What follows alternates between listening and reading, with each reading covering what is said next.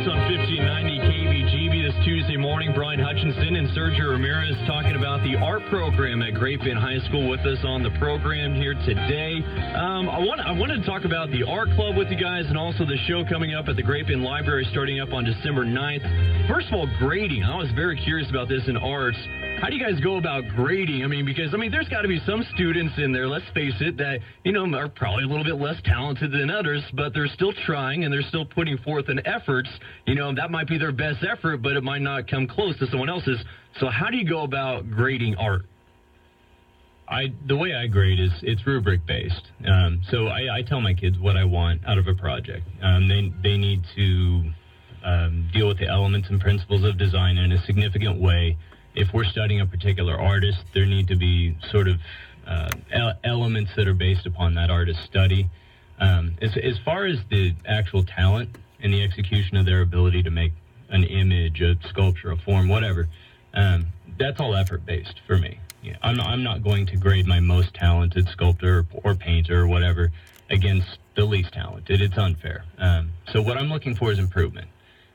If a kid shows me a significant amount of improvement from one project to the next, and I'm looking in that sort of area of my rubric, I'm going to give them more points in that arena. So really, it's about effort, trying. It's about increasing their abilities. So yeah, it is kind of dicey to grade artists.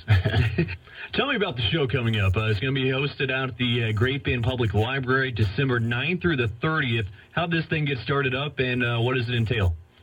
So something I've always done with my kids throughout my career is to make sure they have exhibition opportunities. So that, again, is one of the Kansas Core Art Standards. They need to be able to exhibit their work. They need to make it presentable. So they can make this product in my classroom. I can say it's beautiful and wonderful. I can show the same thing to Sergio, and he can say the same thing about it.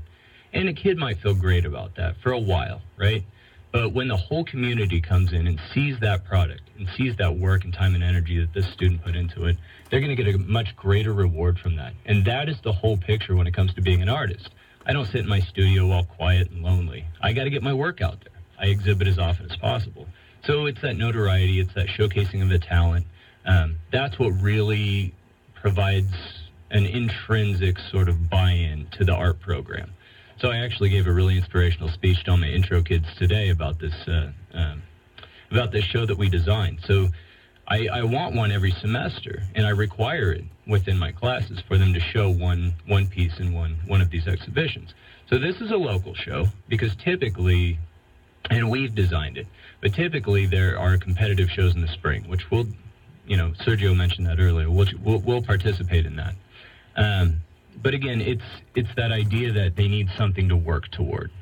Why as a football player you wouldn't practice for hours and hours if you didn't put it to the test on the football field in front of a huge crowd of people.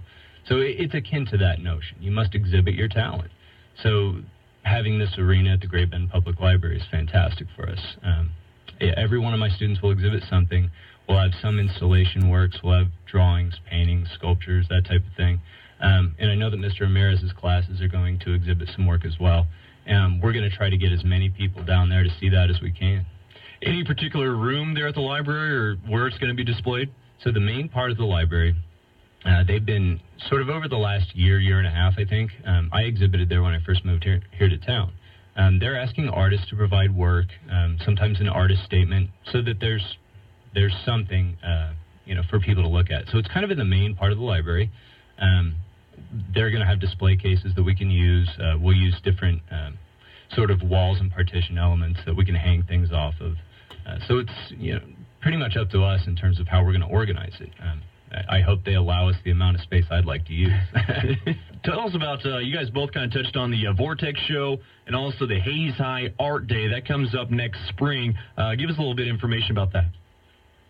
Well, with Vortex, I kind of touched on it a little bit, but Vortex is a show that's held here in Great Bend at Barton County, or Barton Community College, at the Schaefer Art Gallery. And it includes Ellenwood, Hoisington, Larned, and us. There are sometimes other schools, some local schools as well, some like Central Heights, I believe. Is that maybe Central Plains? Central Plains. Mm-hmm. I think they've exhibited in the past, but it is a competitive show, so they do awards for the top 3 in each category, and they also do best of show 2-dimensional and best of show 3-dimensional. It's a great show for us. We've shown well in the past, and we hope to continue that, to do it both sides, on the 2-dimensional side and the 3-dimensional side. And then the Hayes Art Day, is that a similar competition, or? Yeah, I could speak to that. When I was a student, I actually helped with that. It's a big event. We're talking schools from all over Kansas come to this thing, like 60, 70, a lot of different high schools will come.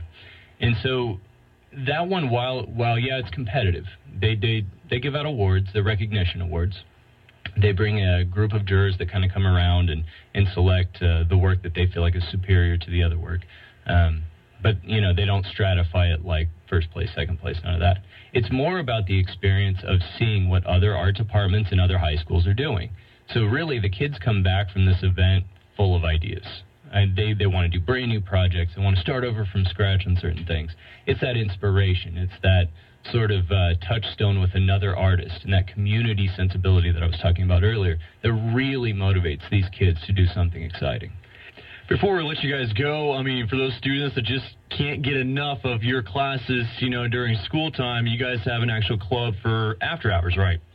Yeah, I sponsor the art club, and we've had a pretty good time so far. We have so many kids that have signed up for this thing that we've had to break them into 2 groups. So we meet pretty consistently.